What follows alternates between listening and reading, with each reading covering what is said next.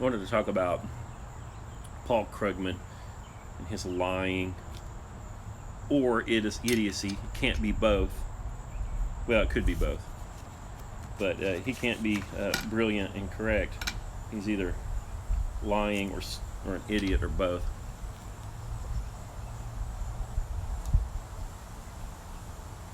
So I wanted to talk about that today. We'll wait till some more people show up and we'll get into that. I made a post last night about how he said that the debt is money we owe ourselves, and in particular he's talking about, I believe he's talking about the national debt. He made a tweet yesterday that said debt is money we owe ourselves. I'm going to give him the benefit of the doubt and believe that he means the national debt, because your mortgage is certainly not money that you owe yourself.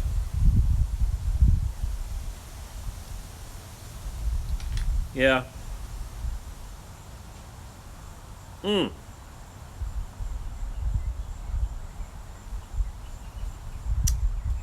Yeah, Ivan Rees, 3 blue stars is what's in here, in my old Sterncrest pipe.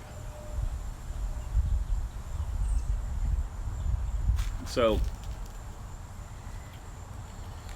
I think Krugman's making these weird banking balance sheet arguments when he says that the national debt is money we owe ourselves. You know, banks do weird things. If you deposit $100 at your bank and put it in your bank account,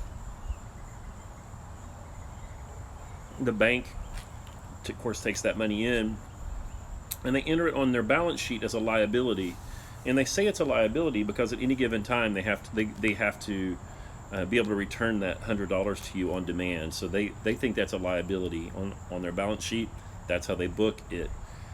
Then if they take that $100 that you deposited there and then lend it to someone to buy something, that loan is a promise by the borrower to repay the $100 plus some interest, and they book that. The bank then will book that loan as an asset, and the banks have to do something. You know, they've got to write this stuff down somehow.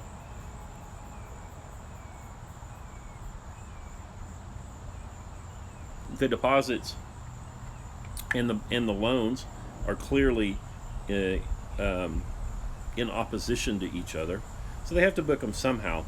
But the more loans the bank makes, the more assets their balance sheet shows.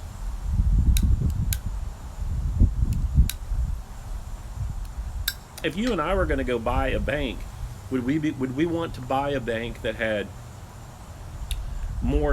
issued more debts, or a bank that had fewer debts and more deposits in the bank? Well, the bank makes money from transaction fees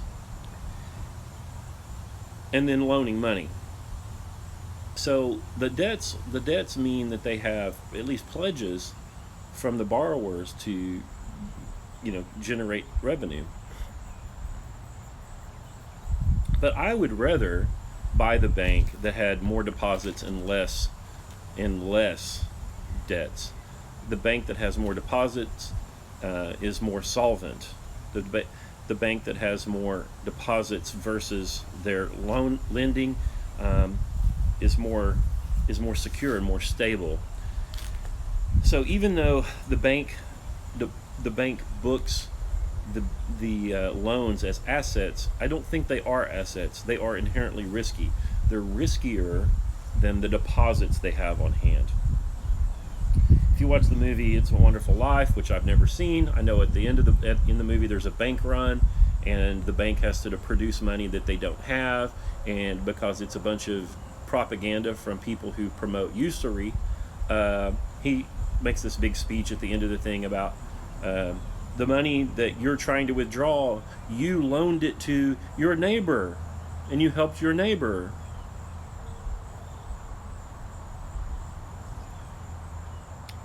But I don't buy that.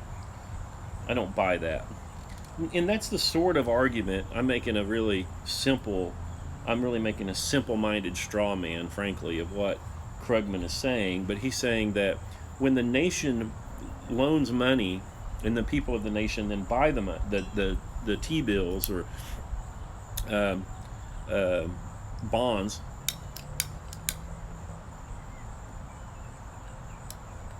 that it's a wonderful life. And on the balance sheet, everything equals out, and we've loaned the money to ourselves, and so on. And I know that he would say I'm making a straw man, and he would make a bunch of academic, nuanced arguments about why the case I'm making, the way I'm stating his case, is inaccurate. But it boils down to that. But if what he says is true, then the United States government could just loan itself $1,000 trillion and everything would be prosperous and on we would go. So we know that when you take this to the extreme, it doesn't work. And the reason it doesn't work is because it's accounting bullshit, and two, the government has to pay interest on those loans. The interest has to be paid on the loans, so that means that the loans need to be good loans. Here's another way of looking at it. If you're going to pay interest on a loan, you need to borrow the money on something that's going to generate more return than the interest charged.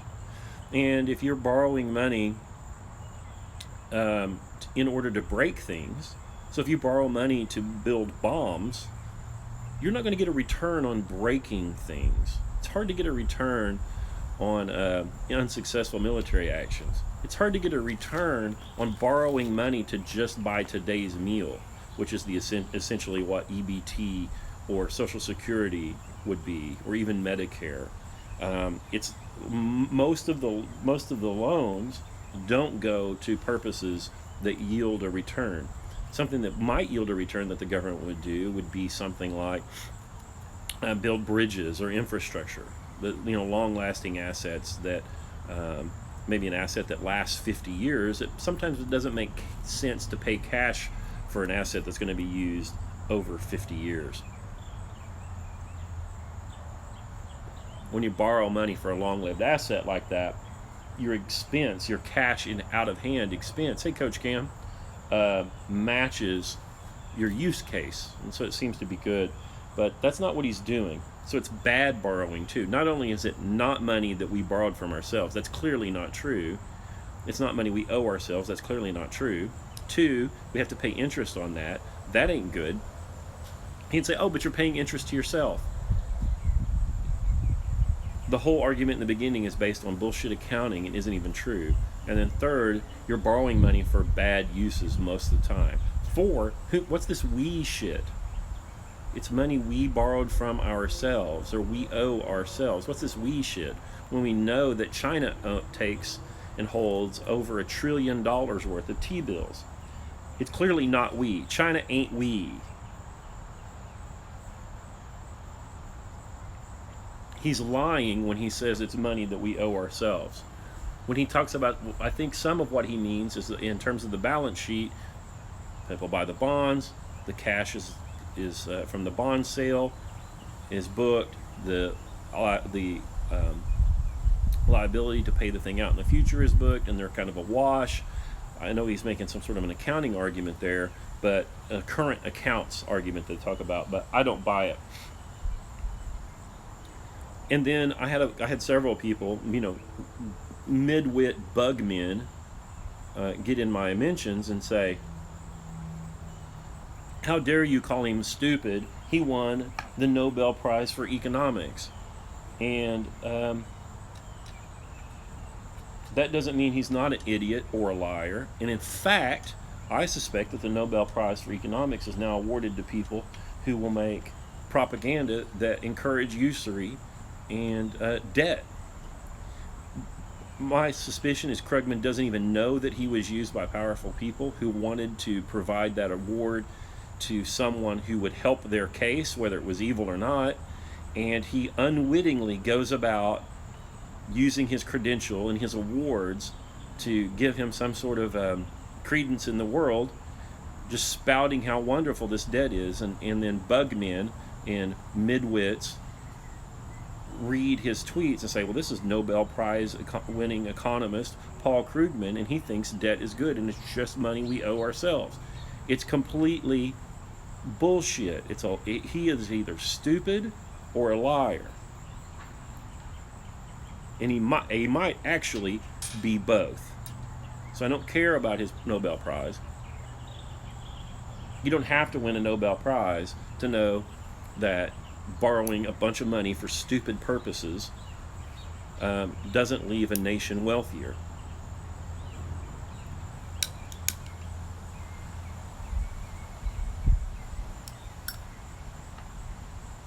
Debt is essentially a claim on your future labor. You're pledging future work against the debt because you're going to have to work into the future to continue to generate the revenue that it's going to require, that you're required in order to pay off your 30-year mortgage, for example.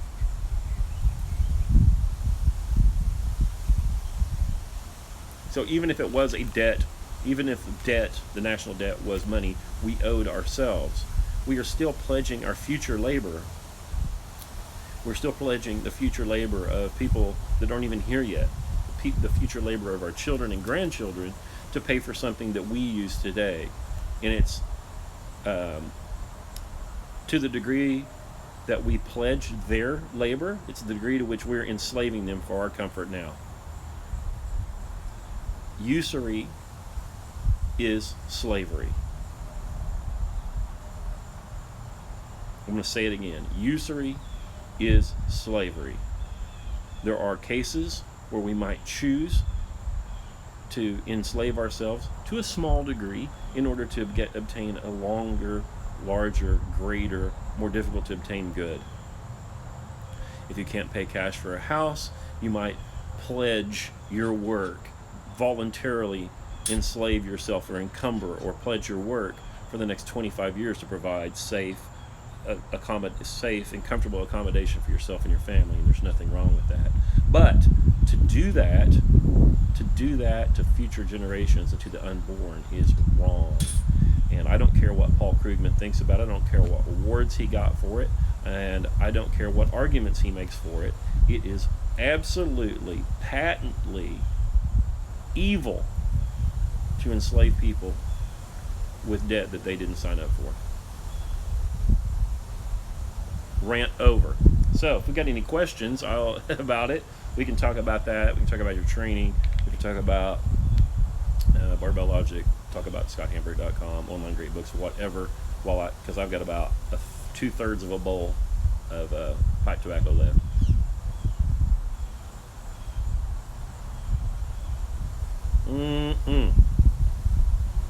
Paul Krugman. Evil. Guys, we need to return to some old ideals and some old standards. Henry VIII seized the monasteries. We need to seize the universities to shut them down. They're evil and they're harming us. We need to outlaw usury. We need to outlaw it. It needs to go away.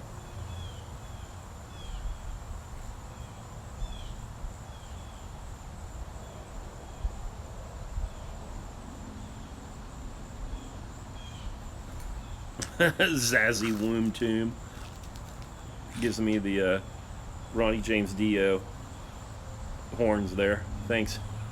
If you guys have any questions, if you don't, we'll have to just cut her short here.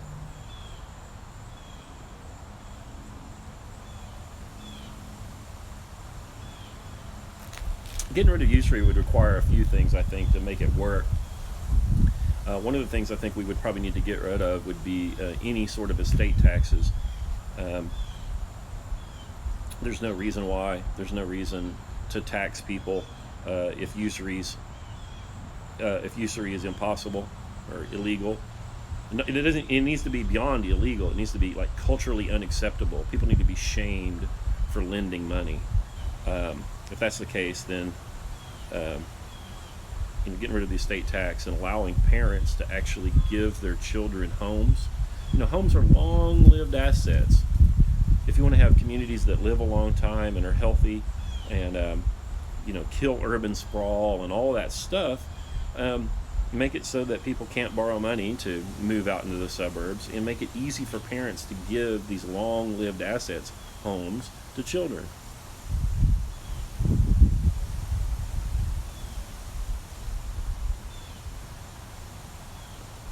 I've got a friend who lives in England who lives in a house that was built in the early 1700s. That house was built well, made well, and was paid for, has been paid for many, many times over, like literally in cash as it's traded hands. But what if someone's great, great, great grandparent built a nice home with high quality construction, and paid for that thing by hook and crook, and built it as they could over a number of decades, and then then it provided housing and shelter for their family and their progeny for centuries, and nobody had to pay for it again? What about that? How wonderful would that be?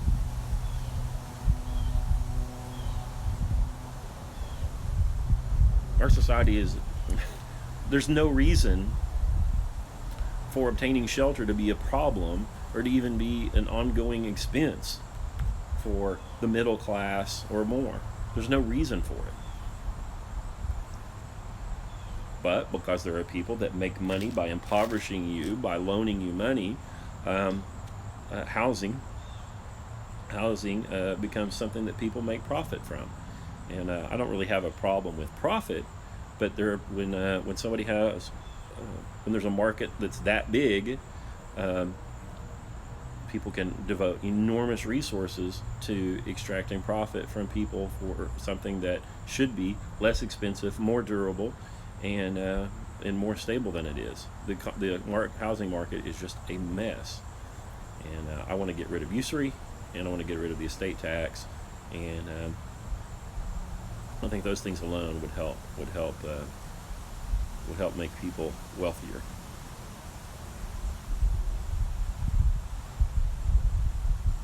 Mm.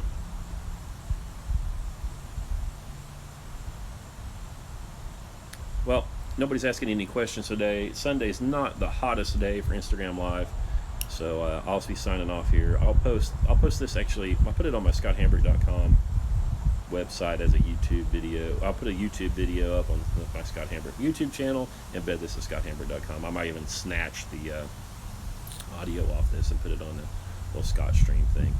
Thanks, you guys, for jumping in here, and let me know what else we need to be talking about.